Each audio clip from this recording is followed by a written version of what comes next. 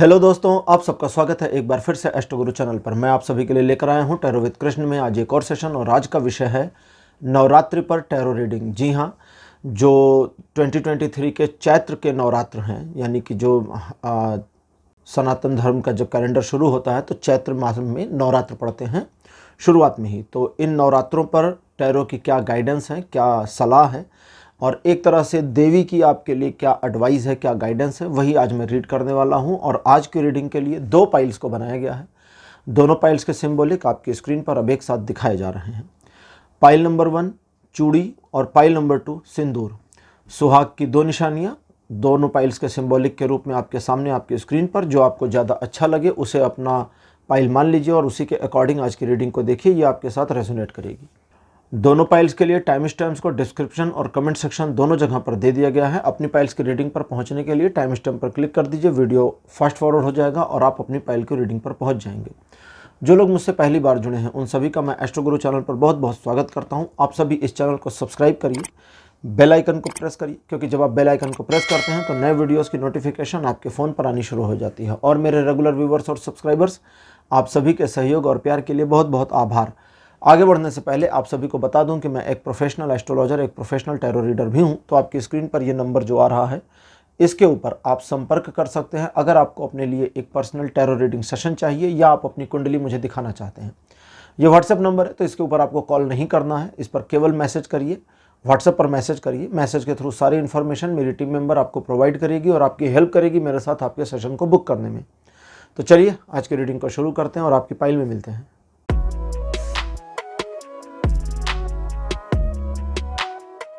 Hello pile number 1, आप सबका स्वागत है आपकी रीडिंग में। आपने चूड़ी को चुना था एज अ पाइल सिंबॉलिक, मेरे बगल में उसको लगा दिया गया है। चलिए अब शुरू करते हैं आज की रीडिंग और देखते हैं कि इन नवरात्र पर ये जो इसको हम ग्रीष्म नवरात्र कहते हैं मोस्टली, और जो इसके बाद आते हैं जो अक्सर सितंबर मंथ के आसपास में पड़ते हैं उसे शरदकालीन नवरात्र कहते हैं। ठीक है, तो मतलब एग्जैक्ट सितंबर में ही नहीं होता, वो आगे पीछे सितंबर अक्टूबर होते रहते हैं। तो ये जो ग्रीष्म नवरात्र हैं इसमें टैरो की क्या गाइडेंस है और देवी की आपके लिए क्या गाइडेंस है वही रीड करूंगा आज।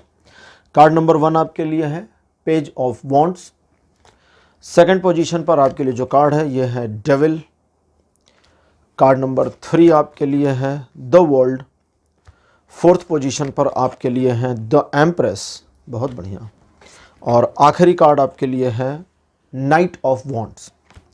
तो 5 कार्ड आपके लिए ट्रेडिशनल टैरो डेक से अवेलेबल हो चुके हैं, अपीयर हो चुके हैं। अब इनको समझते हैं।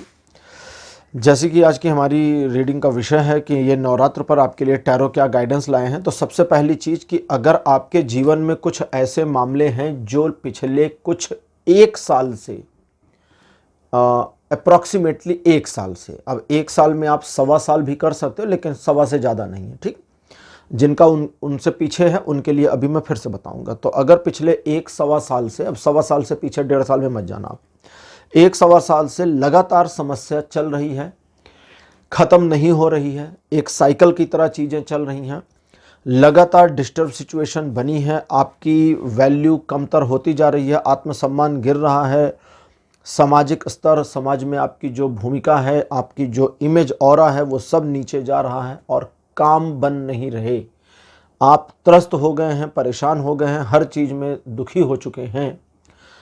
और अगर ये रीडिंग आप नवरात्र से पहले देख रहे हैं तो आपको सबसे पहले तो इन नवरात्र के 9 दिनों में जो ये आने वाले हैं इसमें आपको देवी की आराधना करनी चाहिए। देवी की आराधना करने का मतलब ज़रूरी नहीं आप कलश को स्थापित ही कर दें, घर में अपने उनकी फ़ोटो वगैरह रखें और उनकी फ़ोटोग्राफ से पूजा करें। अगर किसी वजह से आप उनकी फ़ोटोग्राफ पर पूजा नहीं कर सकते हैं, उनकी मूर्ति या फ़ोटो पर पूजा नहीं कर सकते, तो दिन का कुछ हिस्सा निकाल लें, शांत बैठ जाएं। क्योंकि कई बार हो सकता है कि आपकी अपनी जो परंपराएं हैं, अब देखिए मैं लिमिटेड वर्ड्स को यूज़ कर रहा हूं, तो जैसे कहते हैं ना कम बोला ज़्यादा समझना, ये वो वाले मैटर को समझ लीजिएगा। वैसे ही तो अगर आपके कुछ पर्सनल इश्यूज़ हैं जिसकी वजह से आप ओपनली उनकी पूजा नहीं कर सकते, उनकी मूर्ति या उनकी फ़ोटो नहीं रख सकते, तो आप दिन का कुछ हिस्सा निकालें, कोशिश करें मॉर्निंग का निकालें।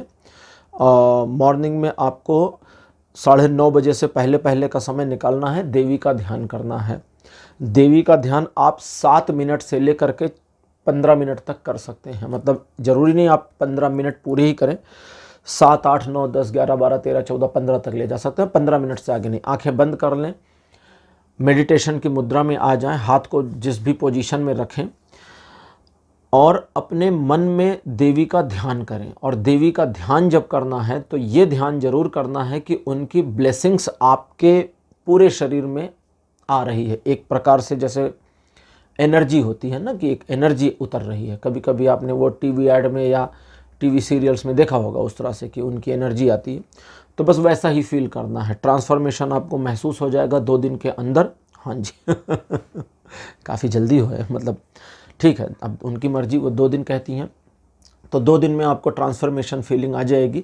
अगर आप ये पूजा अपनी जो है, जो आराधना है, अगर उनकी फ़ोटो या मूर्ति के सामने करते हैं तो वहाँ पर भी आपको उनकी ब्लेसिंग, उनकी मूर्ति या फ़ोटो से आप तक आती हुई फील करनी है।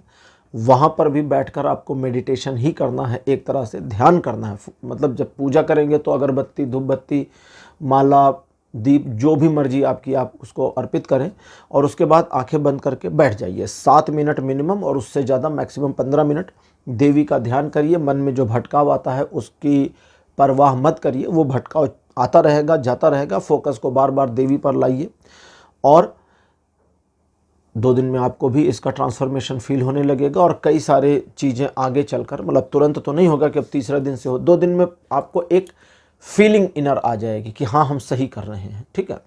और अब जो बदलाव होगा उसका आउटकम आपको आने वाले समय में दिख जाएगा। अब उनकी बातें करते हैं यहाँ पर एक तरह से, मतलब मैं हंस इसलिए रहा हूँ कि मुझे लगा कि जैसे नॉर्मल मैं टैरो रीडिंग करता हूँ, आपको काफ़ी सारी चीज़ें बताता हूँ और बाद में उपाय बताता हूँ, तो देवी मुझे उस चीज़ में फिर से डाल रही हैं कि नहीं, मैं पहले आपको चीज़ें बताऊँ और अभी देखते हैं रीडिंग में क्या आता है या रीडिंग क्या चलती है, नहीं चलती है, व्हाटएवर, अभी कुछ आइडिया नहीं है मुझे। उन लोगों के लिए जो पिछले कई सालों से लगातार परेशान है, सबसे पहली चीज़ तो ये जान लीजिए कि आधी से ज़्यादा समस्या की वजह और जड़ आप खुद हैं। आपकी गलती की वजह से सारे ब्लंडर्स हुए हैं पास्ट में, और प्रेजेंट में भी ये चीज़ें खराब हो सकती हैं और हो भी रही हैं। तो पहले तो अपनी आदतों को, बुरा मत मानिएगा, अपनी आदतों को, अपने मन में सोचने के तौर तरीकों को, अपना वे ऑफ ऑपरेटिंग, यानी आप चीज़ों को कैसे मैनेज करते हैं, उसको सबको सुधारने की ज़रूरत है। ये पहला काम है। इसमें कोई रेमेडी वेमेडी नहीं है भाई, ये सिर्फ आपको कॉन्शियस होना है, कैच करना है कि हाँ मेरी गलती, और इसे सुधारिए। इसे सुधार लेते हैं तो बहुत कुछ बदलना शुरू हो जाएगा।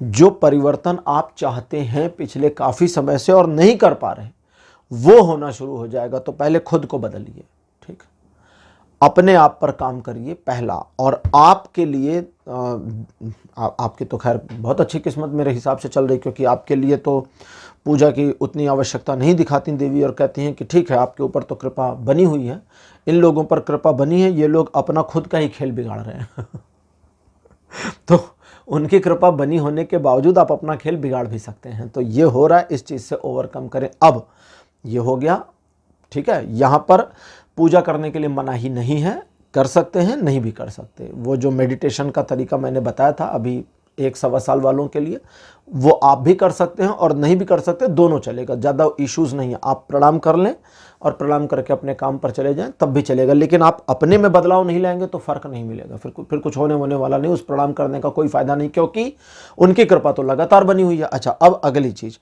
एक लक्ष्य अगर आप कोई बनाते हैं नवरात्र से नवरात्र तक का, ग्रीष्म नवरात्र से शरद नवरात्र तक, जो अभी अप्रॉक्सीमेटली 5-6 महीने का आप गैप मान लें, तो 6 महीने के बाद होने वाले होंगे, तो उस तक या अगले नवरात्र, यानी एक पूरे साल के साइकिल के बाद में, तो वहाँ तक का दोनों में से जो भी आप टारगेट बनाएं अपने अकॉर्डिंग या अपने काम के अकॉर्डिंग। आपको भी पता होगा ना कि भाई छोटा टारगेट ठीक रहेगा कि थोड़ा बड़ा बनाने की ज़रूरत है, तो वो अचीव हो जाएगा। इसे अचीव करने में आपकी इमेज भी बढ़ेगी, कॉन्फिडेंस भी बढ़ेगा, और ड्यूरिंग प्रोसीजर, जब आप अपने टारगेट को अचीव करने के प्रोसीजर में होंगे, तो वो प्रोसीजर जो है आपको बहुत कुछ सिखाता भी चलेगा। तो दैट मीन्स कि काफ़ी अच्छी चीज़ें आपके लिए हैं। ये चैत्र नवरात्र आपके लिए एक तरह से समझे तो बंद दरवाज़ों को खोलने का काम करता है। आज की हमारी टैरो डेक है गॉड्स एंड गॉडेस। तो देखते हैं gods and goddess tarot deck आपके लिए, ओरेकल डेक आपको क्या इंफॉर्मेशन देती है। कार्ड नंबर 1 आपके लिए मेरे पास अपीयर हुआ है भगवान विष्णु का वामना अवतार। सेकंड पोजीशन पर आपके लिए श्री हनुमान जी। कार्ड नंबर 3 आपके लिए श्री गणेश।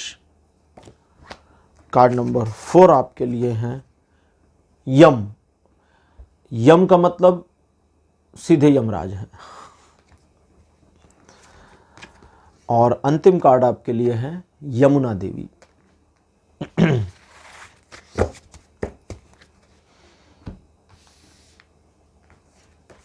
देखिए, अब यहाँ पर आपके लिए जो इन्फॉर्मेशन आती है उसमें सबसे गहरी और बढ़िया वाली इन्फॉर्मेशन ये है कि कुछ चीज़ें अपने जीवन में आगे बढ़ने के हेतु अगर छूट रही हैं तो उसको छूटने दीजिए, क्योंकि उनका छूटना अवश्यम भावी है और वो क्लोज़र आपके बेनिफिट के लिए है।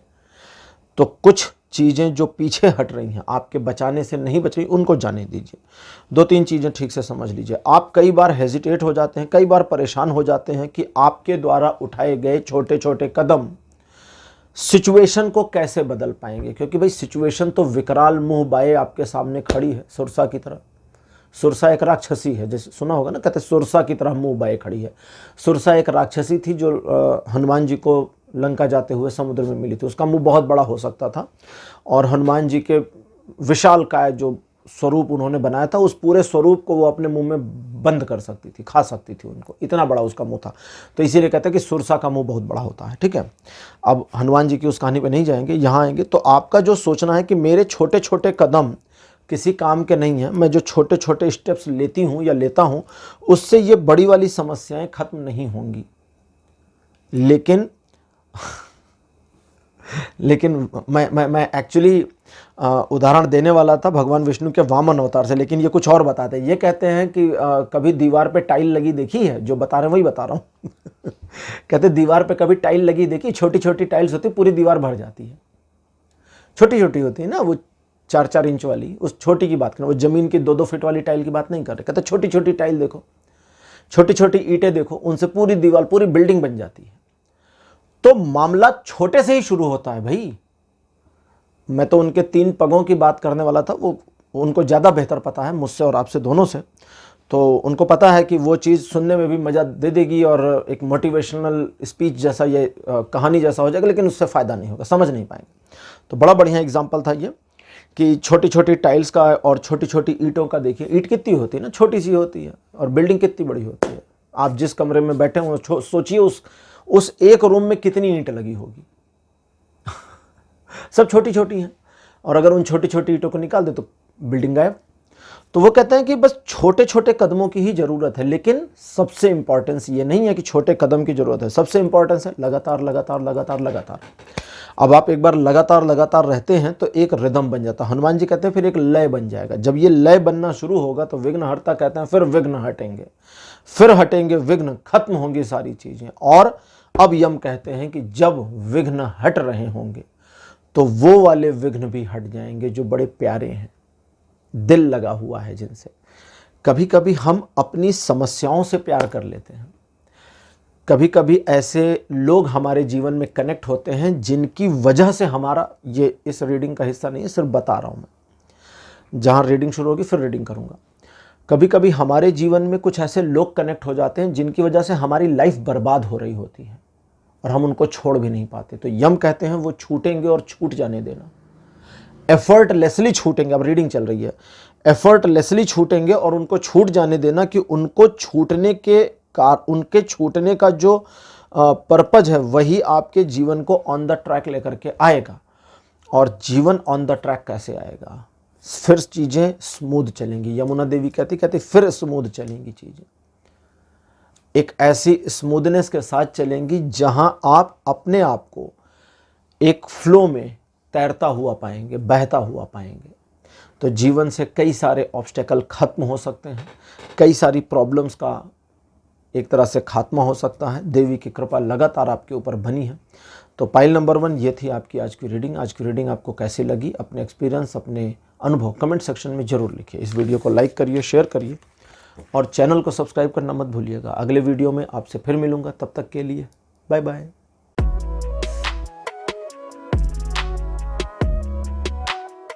हेलो पाइल नंबर 2, आप सबका स्वागत है। आपकी रीडिंग में आपने सिंदूर चुना था, तो सिंदूर की जो फोटोग्राफ है मेरे बगल में लगा दी गई है। दुर्गा जी के पूजा पाठ में, नवरात्रों में सिंदूर भी चढ़ावे में चढ़ता है, इसीलिए इसको पायल के सिंबलिक के रूप में लिया था। तो चलिए देखते हैं कि आपके लिए टैरो क्या गाइडेंस देते हैं इस नवरात्र पर, और देवी की आपके ऊपर क्या ब्लेसिंग है, उनकी क्या गाइडेंस है, दोनों साथ में।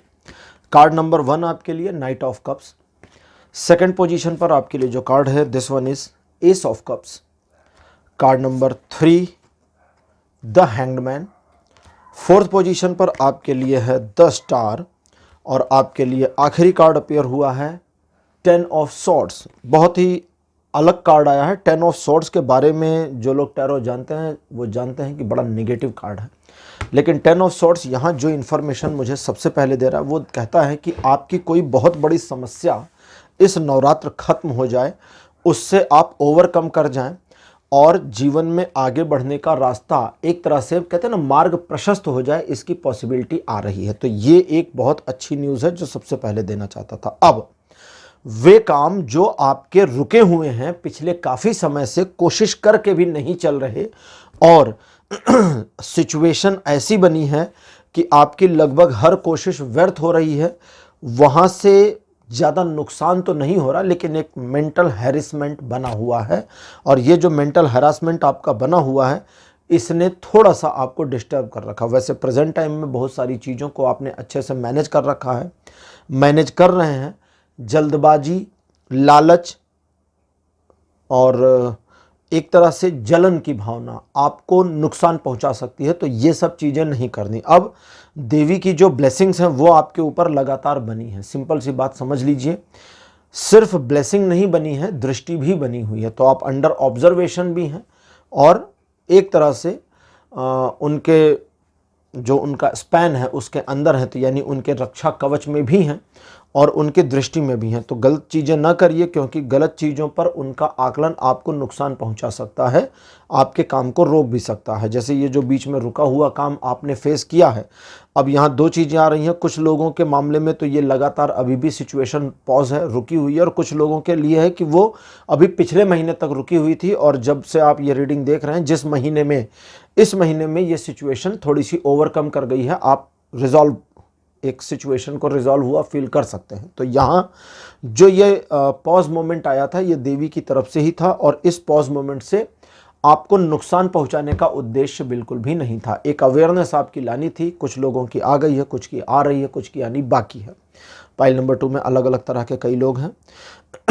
जो नए काम आपने शुरू किए थे कुछ मंथ्स पहले, अप्रॉक्सीमेटली अगर इसको काउंट करें तो 3 से 5 महीने पहले का है, तो वो वाले काम जिसमें अभी तेजी और गति नहीं आ रही है, इधर अगले कुछ अगर इसको मैं कैलकुलेट करूं तो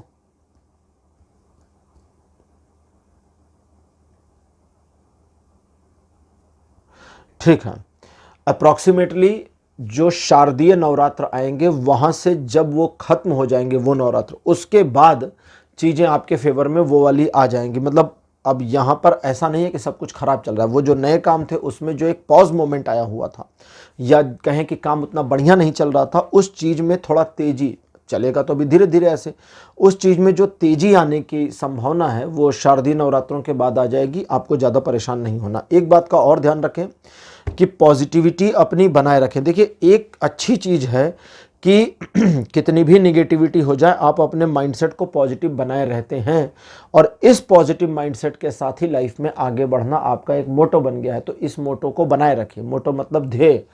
इस ध्येय को बनाए रखिए, और इसी ध्येय की वजह से आप ओवरकम करेंगे। अब उस चीज़ की बात कर लेते हैं जो मैंने सबसे पहले बताया था। आपका कोई प्रॉब्लम ख़त्म हो जाएगा। न सिर्फ कोई एक बड़ी समस्या जिसका पिछले काफ़ी समय से समाप्त होने का वेट कर रहे थे, वो समाप्त हो जाएगी। साथ ही साथ कुछ एक मामलों में वो रिलेशंस जो आपको दर्द दे रहे थे, एक पेनफुल सिचुएशन बनाए हुए थे, उनका भी क्लोज़र इसी नवरात्र में हो जाना है। और उनके क्लोज़र से हालांकि थोड़ा आपको बुरा तो लगेगा, बट ये फॉर्चुनेट है और आपके फेवर में है। तो ये सिचुएशन आपको अल्टीमेटली सपोर्ट कर देगी और आपके जीवन को ऑन द ट्रैक आने पे हेल्प कर देगी।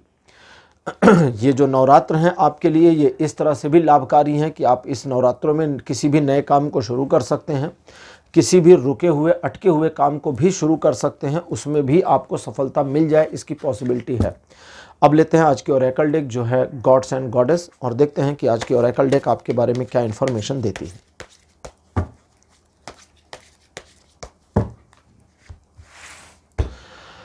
तो पहला कार्ड ओरेकल डेक से आपके लिए है माता गंगा। सेकंड पोजीशन पर आपके लिए जो कार्ड अपेयर हुआ है दिस वन इज स्कंद। स्कंद माता पार्वती और भगवान शंकर के पुत्र हैं, इनको कार्तिकेय भी कहते हैं। ब्रह्मा, परमपिता ब्रह्मा, ये थर्ड पोजीशन पर हैं। ब्रह्मा जी को परमपिता कहते हैं। परमपिता इसलिए कहते हैं क्योंकि सृष्टि के निर्माता इनको माना जाता है कि ये सृष्टि, ये जो ब्रह्मांड है, जिस यूनिवर्स में हम रहते हैं, इस यूनिवर्स के क्रिएटर ये हैं। तो इस यूनिवर्स में जितनी लाइफ्स हैं, इन सारी लाइफ्स को इनसे ही आना है। मतलब इन्हीं से सबसे पहले महाराजा मनु का प्रादुर्भाव हुआ, मनु से ही, मनु और शत्रुपा, और उनसे ही मानव जन्म, मानव जीवन शुरू हुआ। तो ये सभी के एंसेस्टर हैं, हम सभी के एक तरह से पूर्वज हैं, तो इसलिए इनको परमपिता कहते हैं। भगवान शिव, महादेव शिव, भगवान शिव का ध्यानी स्वरूप आया है। और अंतिम कार्ड आपके लिए हैं चंद्रदेव। नवरात्रों की रीडिंग, और नवरात्रों की रीडिंग में चंद्रदेव का फाइनल कार्ड के रूप में आना, ये मेरे लिए गजब है। और ये जो इंटरप्रिटेशन दे रहे हैं वो भी बड़ी गजब की। सबसे पहले माता गंगा से शुरू करते हैं, नहीं स्कंद से शुरू करते हैं, माता गंगा नहीं स्कंद, वो कहते हैं मैं पहले। तो यहाँ उनसे शुरू करने का मतलब जो है पर्पस वो ये है कि आप कुछ एक मामलों में अपने उन लोगों के एक तरह के एडवाइस को लेने की कोशिश करें, या उनकी एडवाइस को थोड़ा सा अप्रिशिएट करें या वैल्यू दें, जो सचमुच में आपके हितैषी हैं, जो सचमुच आपके काउंटर पार्ट नहीं हैं, आपके ही अपने हैं। ऐसे लोगों के बारे में आपका यहाँ कोई फीलिंग वीलिंग वाला मामला नहीं है। यहाँ पूरा पूरा प्रैक्टिकल मामला, आप एग्जैक्टली जानते हैं कि ये पर्सन मेरे वेल विशर हैं, वो भले आपके फैमिली मेंबर हों, फ्रेंड हों या कोई और हो। तो जिसके बारे में एकदम डेड श्योर है, आंखों पर पट्टी बांधकर भरोसा कर सकते हैं कि ये मेरे वेल विशर हैं। पट्टी नहीं बांधनी है, सिर्फ एक कहने का तरीका था। तो उनके द्वारा दी गई एडवाइजेस आपके लिए बड़ी कारगर साबित हो सकती हैं, लेकिन उस एडवाइस को लेने के बावजूद आपको अपना ब्रेन भी चलाना है। अब अपना ब्रेन आपको क्यों चलाना है? क्योंकि उस एडवाइस को लेने के बाद उसमें थोड़े से मॉडिफिकेशन की ज़रूरत पड़ेगी। अब गंगा कहती हैं कि ये मॉडिफिकेशन जो करा जाएगा, इस मॉडिफिकेशन को करने के बाद कई सारे प्रॉब्लम्स आपके रिजॉल्व होंगे या रिजॉल्व होने वाली कंडीशन में आएंगे, और जो डिफ़िकल्टीज़ आप फेस कर रहे थे या कई बार आइडियाज़ अच्छे होने के बावजूद फेस कर जाते हैं, जहां आप अपने सही आइडियाज़ पर भी काम करके बाधाओं का अनुभव करते हैं, वहां चीज़ें स्मूदर हो जाएंगी। एक बार जब चीज़ें स्मूदर हो गई तो अब आप अपने ऑरा को फैला सकते हैं, एक क्रिएटिव वर्क एनवायरनमेंट बना सकते हैं। और ब्रह्म जी कहते हैं कि ये जो क्रिएटिव एनवायरनमेंट है, सबसे पहले इसके लिए ईश्वर को धन्यवाद दें कि हे ईश्वर, आपका धन्यवाद कि आपने मुझे ये शक्तियाँ दी हैं, जो भी या मुझ में ये क्षमता भरी है, और मुझे इसे इस्तेमाल करने लायक बनाए। सिंपल सी प्रार्थना करिए, जैसा मैंने कहा वैसा ही। अब जब आप ऐसा करते हैं और यहाँ से चीज़ों को मैनेज करना शुरू करते हैं, तो कुछ चीज़ें तो आप मैनेज करेंगे और सराउंडिंग में चीज़ें ऑटो सेट होती चली जाएंगी। जब एक बार चीज़ें ऑटो सेट हो जाएंगी, जिसमें थोड़ा समय लग सकता है, अप्रॉक्स 1-1.5 महीने भी लग सकता है, तब आप एक शांत भाव में आ जाएंगे। और ये जो शांत भाव है, ये आपकी विद्वत्ता को सही तरीके से इस्तेमाल करने में मदद करेगी। ज़्यादा शुद्ध हिंदी हो गई। ये आपकी बुद्धिमानी को, आपके अपने ब्रेन को सही तरीके से ऑपरेट करने में मदद करेगी। लेकिन जैसा कि अक्सर ब्रेनी लोगों के साथ हो जाता है, बहुत समझदार लोगों के साथ एक प्रॉब्लम हो जाती है अक्सर, और प्रॉब्लम ये हो जाती है कि वे ओवर कॉन्फिडेंस में चले जाते हैं या ईगो में चले जाते हैं। तो वहाँ पर जहाँ ओवर कॉन्फिडेंस या ईगो वाला मामला आएगा, वहाँ पर चंद्रदेव कहते हैं संभालने की जिम्मेदारी मेरी। सिचुएशन को ओवर कॉन्फिडेंसनेस से बचाना और सिचुएशन में एक ईगोइस्टिक या ईगोसेंट्रिक सिचुएशन का क्रिएट होना, दोनों रोक दिया जाएगा। चंद्रदेव इसमें सपोर्ट करेंगे। लेकिन एक छोटा सा काम आपको भी करना है इस नवरात्र में, अगर पॉसिबल हो सके, ठीक है, तो देवी के मंदिर में दर्शन करने जाएं। और जैसे कभी कभी होता है ना कि पंडित जी होते हैं तो वो क्या करते हैं, तिलक लगाते हैं नवरात्रों में, तो वहाँ पर ध्यान दें कि तिलक लगाएं तो अक्षत अपने माथे पर जरूर लगवा लें, 2 दाने अक्षत मतलब चावल के। अगर ये नहीं कर सकते तो मंदिर जाएं, दर्शन करें, वापस आएं, अपने घर पे कुमकुम रोली को बनाएं, अपने मस्तक पर लगाएं और 2 दाने 4 दाने चावल के मस्तक पर चिपका लें थोड़ी देर के लिए। चावल का मस्तक पर आपके चिपकने से आपका पूरा फोकस कुछ समय के लिए अपने आज्ञा चक्र पर चला जाएगा, ठीक है, जो आपका आग्नेय चक्र है इस पर चला जाएगा। लेकिन आपको इस पर ध्यान नहीं करना, बस वो फोकस ही जाएगा, उतना ही चाहिए हमें। कोई चक्रा वक्रा नहीं जगाना है, ना इस पर मेडिटेट करना है आपको। बस आपका काम करिए अपना, ऑफिस का काम, घर का काम, खाना बनाना, लैपटॉप चलाना, ऑफिस का अपना व्हाटएवर, दुकान पर जाना, जो मर्जी आपका काम करिए। जितनी देर ये चावल चिपका रहे, जानबूझ के नहीं छुड़ाना है, जितनी देर ये चिपका रहेगा उतनी देर आपका आपके फोकस का एक हिस्सा इस पर बना रहेगा। और बस यही वो चीज है जो आपके ब्रेन को चंद्रदेव की सहायता से, अक्षत चंद्रमा का भी प्रतीक है, भगवान विष्णु का भी प्रतीक है। अक्षत मतलब चावल, चावल की बनती खीर चंद्रदेव को चढ़ाई जाती है। रिलेट कर दिया मैंने इस चीज़ को इसलिए। तो वो कहते हैं कि वो चीज़ मेरे कंट्रोल से सुधार में आ जाएगी और आप ना ओवर कॉन्फिडेंस में जाएंगे, ना बहकावे में जाएंगे, ना ईगोइस्टिक या ईगोसेंट्रिक होंगे और चीज़ें संतुलित हो जाएंगी। हो गया। तो दैट मीन्स कि ये जो नवरात्र हैं ये आपके लिए अच्छे हैं, फ़ायदेमंद हैं और एक बड़ी समस्या का समापन आपके लिए बहुत फॉर्चुनेट रहने वाला है। तो पाइल नंबर 2 ये थी आपकी आज की रीडिंग। आज की रीडिंग कैसी लगी, अपने एक्सपीरियंस, अपने अनुभव कमेंट सेक्शन में जरूर लिखिए। इस वीडियो को लाइक करिए, शेयर करिए और चैनल को सब्सक्राइब करना मत भूलिएगा। अगले वीडियो में आपसे फिर मिलूँगा। Bye bye.